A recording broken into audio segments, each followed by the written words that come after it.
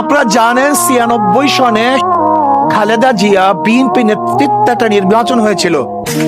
খালেদা জিয়া ঘোষণা দিয়েছিল, কেউ যদি নির্বাচন অংশগ্রহণ না করে আমি একা নির্বাচন করব। এই প্রথম দল ব্যতীত একক নির্বাচন উপহার কে দিয়েছে? তাই বিএনপি। খালেদা জিয়া কাউকে নেয় নাই, টিকতেও পারে নাই, মাত্র ১৬ দিন ছিল। বাস ৯৬ আন্দোলনের পর আবার ক্ষমতা আসছে যাকে একবার এদেশের মানুষ বাকশালীর কারণে তাড়িয়ে দিয়েছিল, তার কন্যাকে নিয়ে আসছে। ভেবেছিলাম তওবা তিল্লা পড়ছে, তসবিহ হাতে নিছে, ঘোমটা পড়ছে, হজ করে আসছে, তাহাজ্জুদের কথা বলে, কোরআন শরীফ তেলাওয়াত করে, ভেবেছিল মানুষ তওবা করছে।